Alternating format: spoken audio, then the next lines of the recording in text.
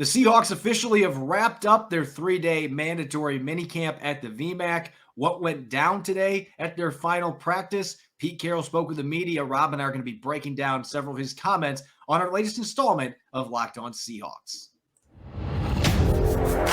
You are Locked On Seahawks, your daily Seattle Seahawks podcast. Part of the Locked On Podcast Network, your team every day.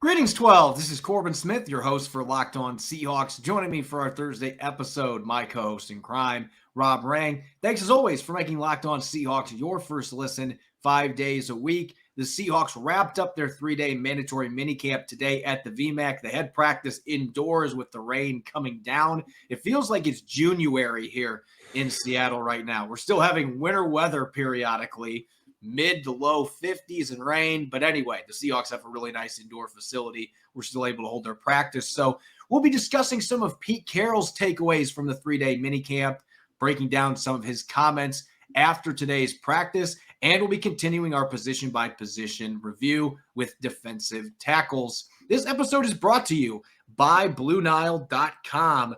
Visit Blue Nile to make your moment sparkle with jewelry, and Locked On Sports listeners get $50 off purchases of $500 or more. This podcast exclusive includes engagement, so make sure to use the code LOCKEDON at checkout at BlueNile.com. Now for your lead story here on Locked On Seahawks.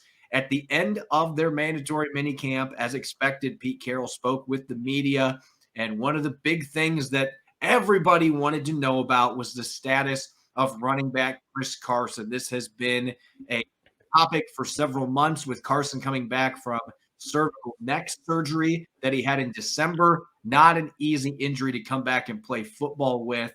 And for the last couple months, Pete Carroll's been pretty mum when it comes to updates. Today, saying that Carson was not given the green light to participate in minicamp, but he's got a key date coming up in 2 weeks when he revisits with doctors. He did say that he seems like he's getting very close in terms of having the range of motion that he needs, but still, overall, the update wasn't very encouraging. And that's the thing. This is as expected. We've talked about this so much. Even immediately after the injury took place, after the news broke that Chris Carson was not going to be able to play this past season, and then obviously reinforced when Seattle made their second round selection of Ken Walker III. Then that was basically the conjecture, is that there was going to be no way that Chris Carson was going to be able to return back to the field for the Seahawks. I'm still holding out hope. I think that every true Seahawk fan is, and not only Seahawk fans, but just fans of Chris Carson, the player, Chris Carson, the man. But at the same time, this also is a quality of life kind of a conversation. And so while we all want to see number 32 back on the field, we also want him to be able to enjoy the rest of his life. Still, obviously, a very young man at this point. And so, again, I'm very curious to see and hear any updates that we might get, whether it be 2 weeks from now or perhaps even sooner. Yeah, and Carroll said that Carson is one of his all-time favorite Seahawks ever.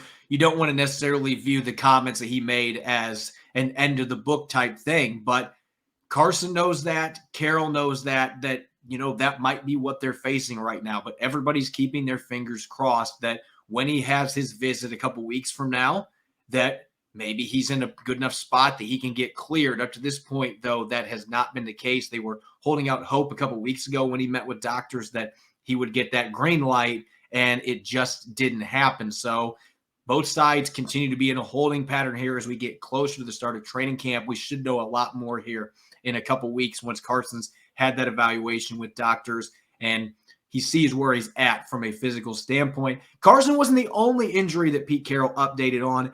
Out at receiver, D. Eskridge did not participate at all in the 3-day mandatory minicamp, and obviously that's concerning just based on the fact that Eskridge dealt with injuries throughout his rookie season. He missed time in offseason workouts last year. He missed time in training camp with a toe injury, missed 7 games with a concussion, and Carroll even said it today. They're a little bit frustrated by the fact that he's missed a number of practice each of the last 2 years, but They held him out dealing with a nagging hamstring injury. It's still June. You don't want to force the issue with one of your top receivers, a guy that you think can contribute on special teams as well. So they opted to hold him out, as well as receivers Derek Young and Bo Melton. Both of them are dealing with hamstring issues. That looks like it's kind of a chronic problem for many of Seattle's players, and that's not necessarily unique this time of year as guys are trying to get back into shape for the upcoming season. It's not unique, but at the same time, I thought that the word that you just used there, Corbin, concerning, I think is absolutely appropriate. And for all three, obviously the mostly concerning for D. Eskridge, considering the lack of durability that he showed this past season. You have these two rookies, Derek Young and Bo Melton, who they want to make quality first impressions, of course. But the soft tissue injuries are a concern. I think that they're a reflection of possible lack of conditioning at this point. I mean, these are finely tuned athletes. And so if you go from, just kind of lounging around a little bit, or at least not working out full bore the entire time, to then suddenly, being asked to accelerate, quickly, then that's really easy to pull a hamstring. And so I think that it is critical that Seattle's young wide receivers in this case really make sure that they take full advantage of this remaining time before training camp to make sure that they are in tip-top shape once we get to late July and August.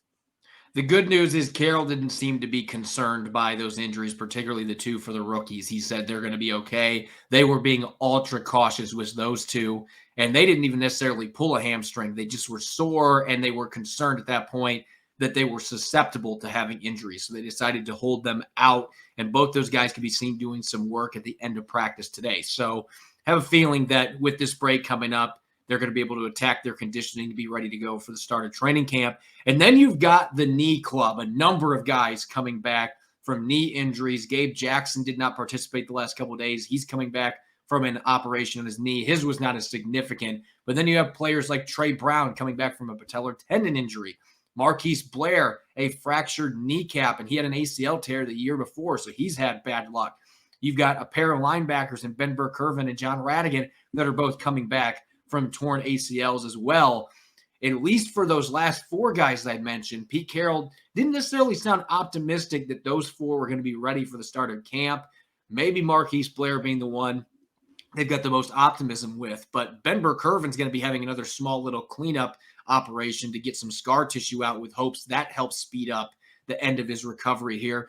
His status is up in the air. John Radigan tore his ACL back in December, so he's later in the process, probably going to need more time.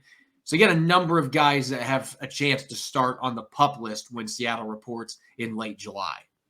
Yeah, and most of this is as expected. I mean, we knew about most of those, prior injuries and the resulting surgeries. The Gabe Jackson surgery is a little bit of news and a little bit surprised. I mean, he's entering his 10th season in the NFL, so certainly we're talking about a proven commodity, but still.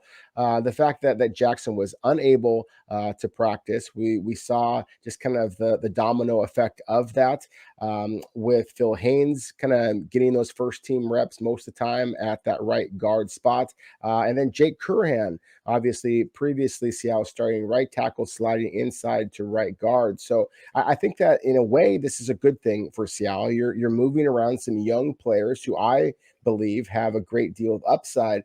At the same time, it also is a little bit concerning because, again, Gabe Jackson is an aging player. So hopefully this was a relatively minor thing. Certainly nothing nearly as serious as the injuries that you had mentioned previously with BBK and Radigan, Trey Brown. And just like we talked about before with D. Eskridge, I think that anytime that we mention Marquise Blair and injuries, that just kind of starts to accumulate. And so he has got to get himself right. I am hopeful that all of these players, if they're not available for the start of training camp, then hopefully, with the possible exception of Radigan, that hopefully they're going to be able to compete relatively early in camp and be able to assure themselves of getting a spot on this team.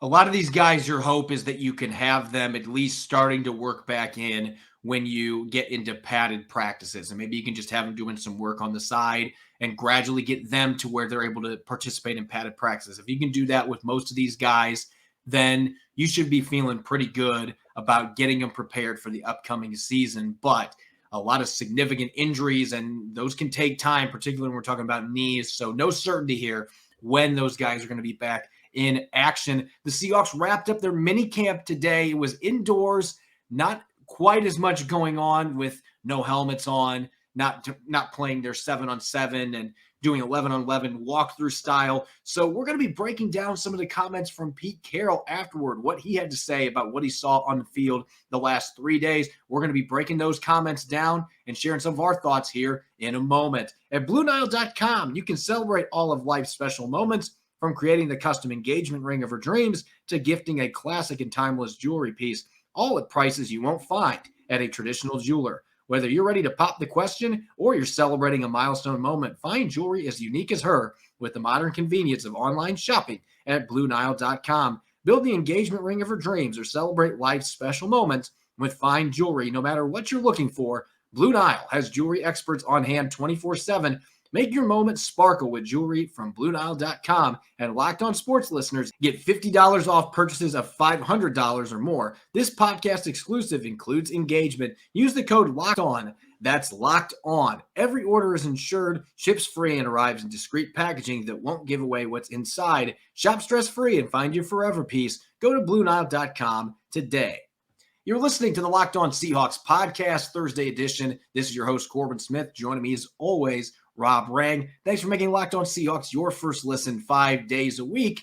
We have a very important favor to ask of you. We've put together a survey so we can learn more about listeners like you and make your favorite Locked On podcast shows even better. This is your opportunity to tell us what you like and don't like about Locked On Podcast. Go to lockedonpodcast.com/survey right now to get started. It won't take very long, and everyone that completes a survey can qualify for a chance to win one of 10 $100 Ticketmaster gift cards. To take our audience survey, go to lockedonpodcast.com/survey. Thanks for your help. The Seahawks wrapped up their mandatory minicamp at the VMAC today. Again, not an overly exciting final practice because there were even more limitations than they already have playing indoors. When you have 91 players running around indoors, not a lot that you can necessarily do. They didn't have helmets on, so they played 11-on-11 walkthrough style. Not a lot of craziness going on, but we did get to hear from Pete Carroll for more than 30 minutes after the practice, weighing in on a number of topics. And I think we got to start with maybe the most pressing headline for the Seahawks right now. DK Metcalf not being in attendance for minicamp. And Pete Carroll said today that he's no less optimistic about Metcalf and the Seahawks striking an agreement on an extension than he was before minicamp.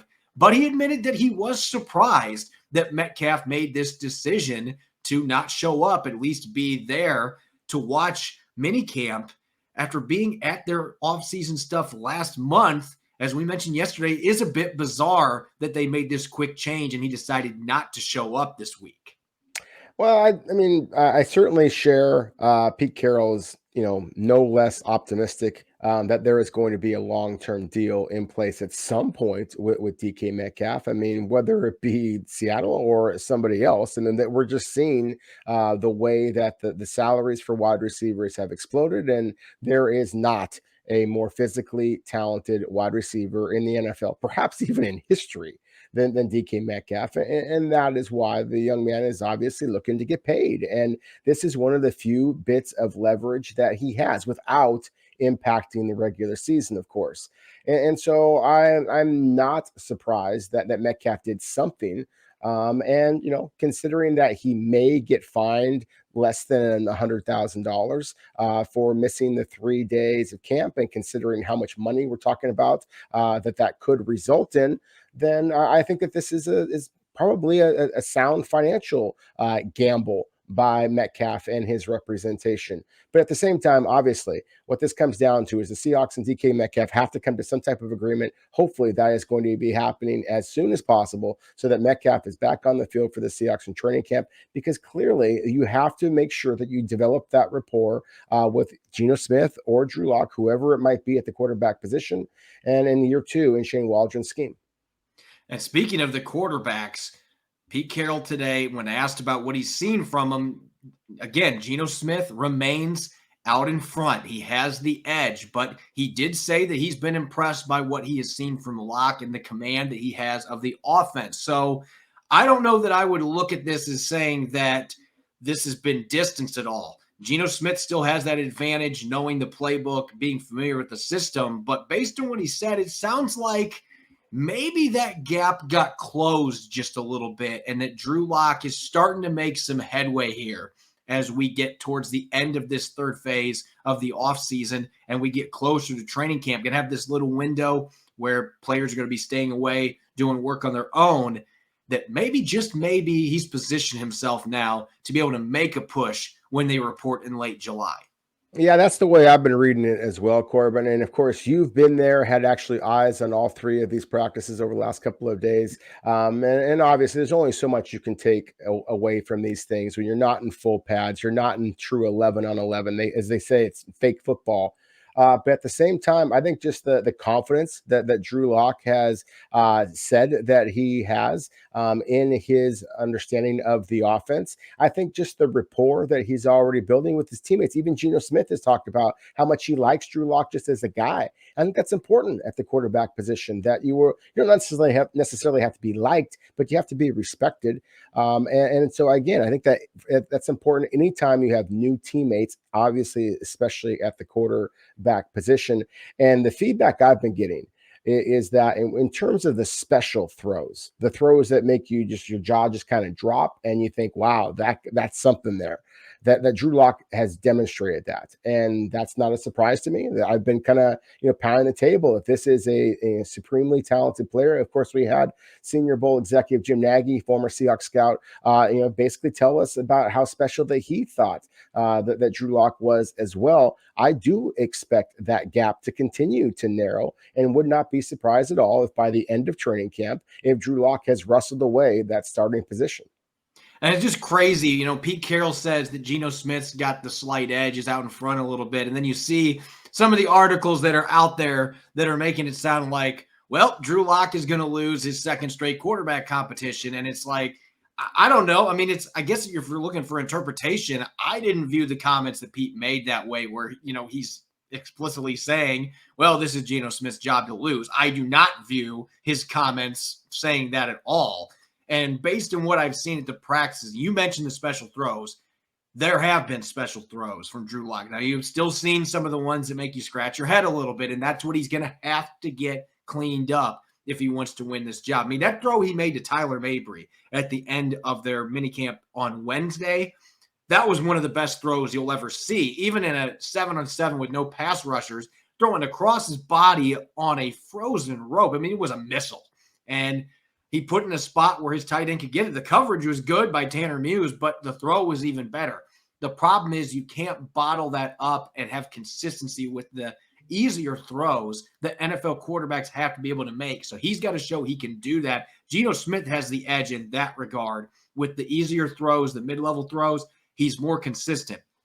If Drew Lock can show that he can improve upon that as he gets more in depth with this offense, then certainly he can close the gap, maybe even surpass Geno Smith. So as we've been saying, this is far from a decided competition, and anybody that's saying that it is hasn't really seen what's going on the practice field. Speaking of another former Bronco that is now wearing a Seahawk uniform, Noah Fant, Pete Carroll today, I asked him about the tight ends in general, and he said that Noah Fant was arguably the best player in the OTAs and minicamp session. And I can tell you that you can see it, the natural athleticism, the ability to stretch the field. Haven't gotten to see where he's at as a blocker yet, obviously, but in terms of running routes, being a natural pass catcher, the versatility in the deep to short passing game, moving him around the formation, all of those things have already been very evident, and you can tell that he's already pretty in sync with this offense. Yeah, I really think that Noah Fant is a special athlete, and Seattle has had their struggles at the tight end position. He had some good football players, a limited number of guys who can run and catch and have the size that Fant possesses. We're having conversations like Jimmy Graham. We saw flashes of it from some of Seattle's other tight ends in the past. Joe Everett showed flashes of that as well, the way he just kind of bounced off of would-be tacklers. At the same time, Noah Fant is younger.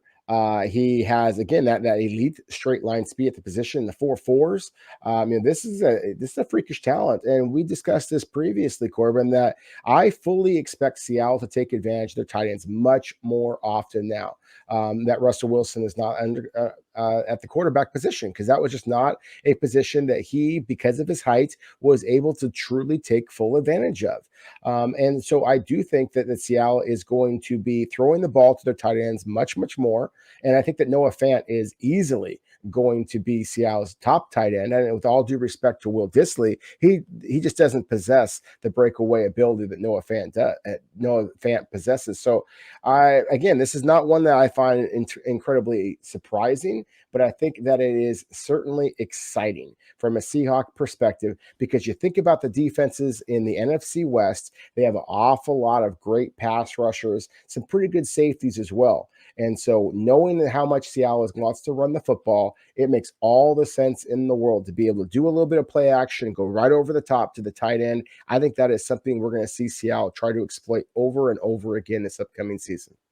Pete Carroll gave several good sound bites today to wrap up minicamp, but there was one that stood out above the rest to me, and it was when he was talking about their rookie class.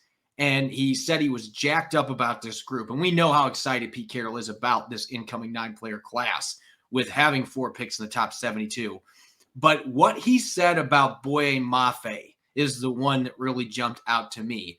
He said that Mafe is the closest looking fit to Cliff Averill that they've had in Seattle since Averill was forced to retire with a neck injury after the 2017 season.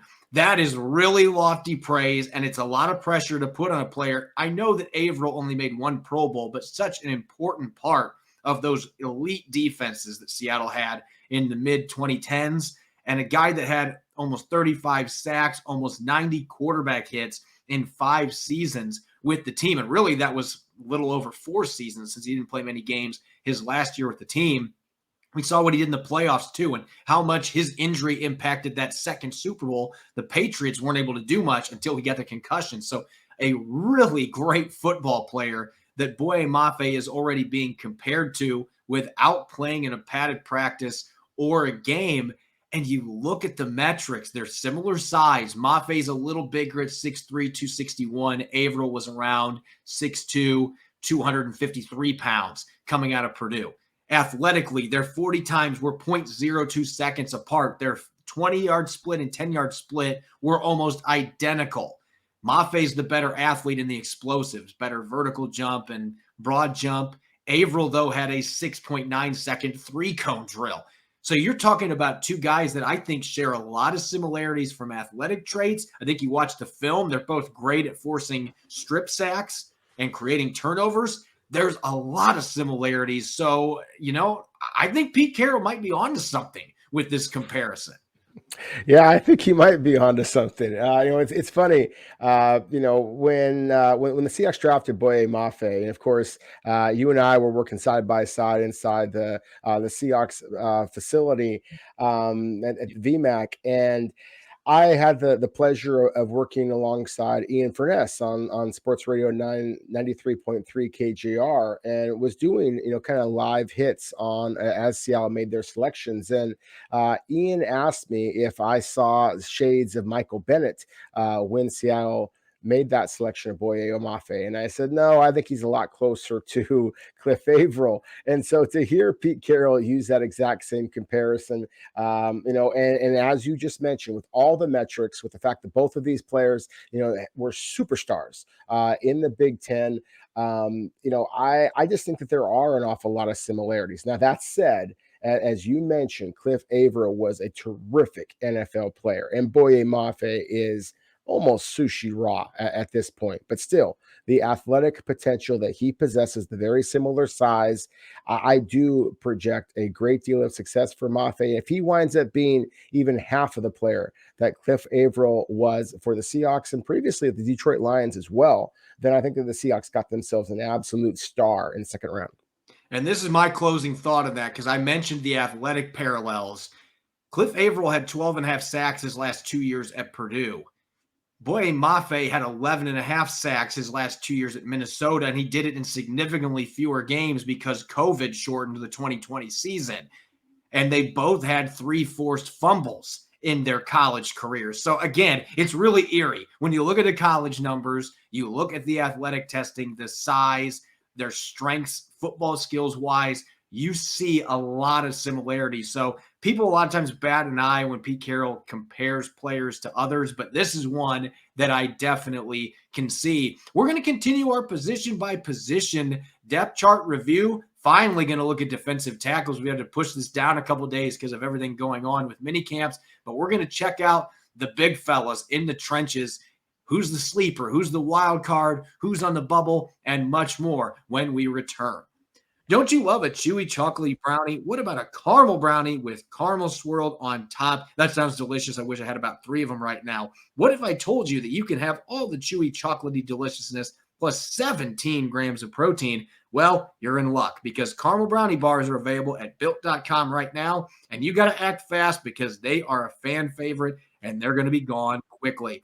Forget about dessert. These are better than dessert. Plus, the macros are unreal. 130 calories, 17 grams of protein, and only 4 grams of sugar. I would replace a regular brownie with Bill's caramel brownie bar in a heartbeat. The best part, caramel brownie bars are covered in 100% real chocolate. With Built, you don't have to sacrifice tasty for healthy. You can have both. And Built bars are made with collagen protein, which your body absorbs more efficiently and provides tons of health benefits. With Built, tasty is the new healthy. Go to Built.com to get your box of caramel brownie bars right now. Go to Built.com, use the promo code LOCK15 and get 15% off your order. That's LOCK15 at Built.com for 15% off your order.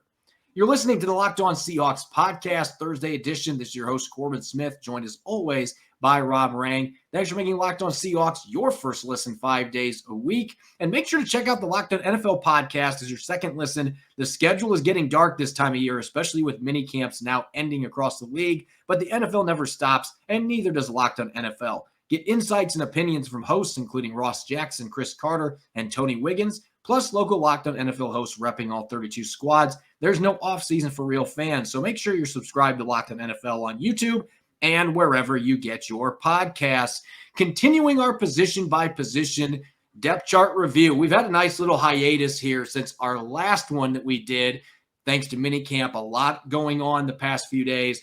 We're finally going to get to the defensive tackle group, and this discussion is going to be a little different than it has been in years past, Rob, because Seattle has typically played a 4-3 defense with 2 defensive tackles on the field, but they're going to a 3-4, which really makes it that their defensive ends, they're playing 3-tech or 4-eye. They're really defensive tackles with a nose tackle in the middle. And so we've got a much larger group to look at with the scheme change this year. We do, and I think that it's a very strong group, and I say that kind of sarcastically here, just that it's a big group. It's strong. It's big in terms of numbers. It's big in terms of size, and so that I'm going to start off with the guy who is not listed as Seattle's biggest defensive tackle. That honor would be Boye Mafe, who is listed at 6'3", 345. But Big Al Woods, who is listed at 6'4", 330, but looks like he's a little bit closer to 350, 360, and was an absolute just game wrecker a season ago. I think that's where you got to start off with. He, to me, is the likeliest candidate to be Seattle's starting nose guard. But as you said, those other defensive tackles are basically going to be playing as 2 gapping defensive ends. Their whole job is to be able to hold up at the point of attack. And I think that some of the other guys, as I just mentioned with Boye Mafe and his size, Poona Ford, LJ Collier, Shelby Harris, LJ Collier, et cetera, et cetera. I think that Seattle has a great deal of talent along the defensive line that is going to be able to allow their off-ball linebackers and, of course, those edge rushers, two groups that we've already talked about a little bit. It's going to allow them to flourish, but only because of the hard work being done by Seattle's big men inside. When they're in their base, when they're playing their 3-4 looks, I anticipate that Al Woods is going to be that big nose because of his size, and we know that he can take on double teams. He can play that two-gapping responsibility over the center. The other two positions, as you mentioned, we can call them defensive ends, but because they're reduced inside. A lot of times with 3-4 defensive terminology, they're viewed as defensive tackles. And so you need to have guys that have some girth playing that position. You can't have a 250-pound defensive end that is reducing down to 3-tack on rundowns. It just doesn't work. The player is going to get physically overwhelmed. I anticipate that Poona Ford and Shelby Harris are going to be the other two starters here. We know Poona Ford's going to be in the lineup, and as quick as he is for his size, I think he's going to be a really good fit playing that position. He's handled double teams in the past. He's been a heads-up nose tackle, so I think he can play that role. And Shelby Harris, this is his bread and butter. He's played in this defense for Vic Fangio the last 3 years and was dominant at times. So this is going to be a walk in the park for him. He's playing in a defense that he's very familiar with and he has excelled in. Even Quentin Jefferson, coming back to Seattle, has played in some similar defenses since he left the Seahawks. So you've got him to rotate in with Poona Ford as well as Shelby Harris. And LJ Collier looks like he's put on about 15 pounds of muscle, much bigger this year, around 290. That's going to serve him well in a rotation role. I expect he's going to be in more on pass rushing downs, rushing from one of those spots. But you got to like the depth they have. But I think Harris, Ford, and Woods in a 3-4 look are your three starters. Yeah, you took a lot of the words right out of my mouth there. I love the fact that Seattle brought in Harris as well as Quentin Jefferson, just because the fact that they can be those kind of coaches on the field. That's something that Pete Carroll has always prioritized, and I think that makes so much sense with this relatively young group outside of, again, the veteran Woods. As far as guys who have been in Seattle for the long term here recently. So I like that, and I'm sure there's some Seahawks fans out there, Corbin, who are, once we said LJ Collier, they were driving off the side of the road or looking for something else to watch on YouTube or whatever.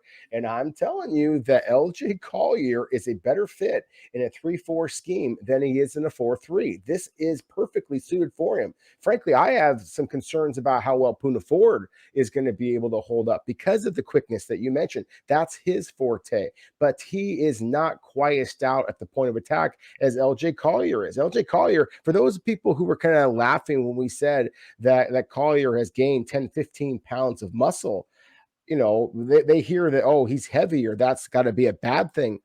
Look up some of the pictures of LJ Collier now. He is yoked. He looks like this is his, like he recognizes that this is going to be one of his final opportunities. And so I do expect his long arms and his added strength to really be able to help him be not necessarily more productive. I'm not expecting any of Seattle's defensive tackles that we're listing here to wind up producing anything more than, say, 3 or 4 or 5 sacks at most. I think, again, that's going to be the edge rusher's job.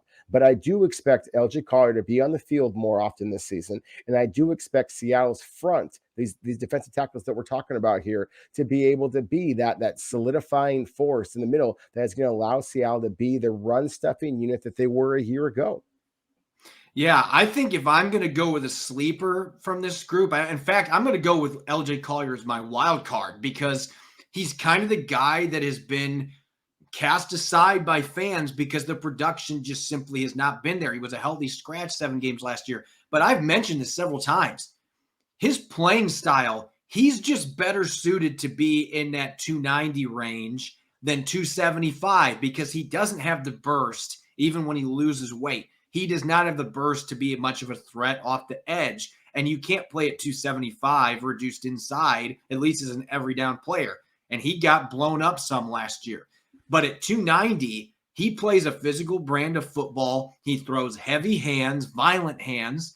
And I think he has a much better chance to be a disruptive pass rusher from the 3-tech position than out wide. So I do think that he's the wild card of this group, particularly on those pass rushing downs.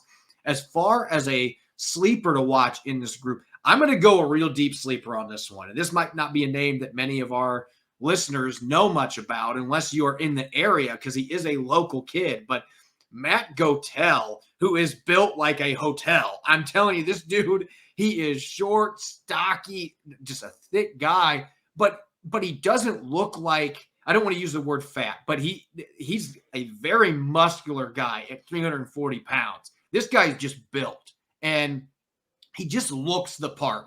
We have to see how he fits in when we get to training camp, but Seattle's got a very good track record of developing undrafted defensive tackles. And in this scheme, a guy like that that's 340 pounds, if he can manage double teams and he can two-gap, he's got a chance to maybe start the year on practice squad and maybe be a player that over time can get some reps on Sundays. I've got to see where he fits in. This is a very deep sleeper. Right now, he wouldn't be making this football team if I'm making projections, but I am very intrigued by this guy with his size, and the scheme fit I think is going to be there for him to maybe make a little noise in training camp in the preseason.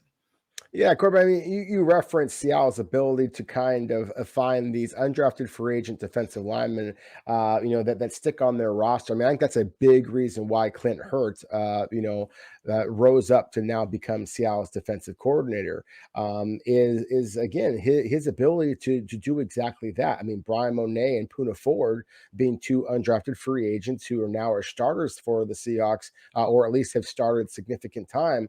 I think that's something that Goetell, has got to be really excited about, that this is a franchise that is willing to dedicate that amount of time to a young, unproven player, but give him his opportunity. So I'm very excited about that.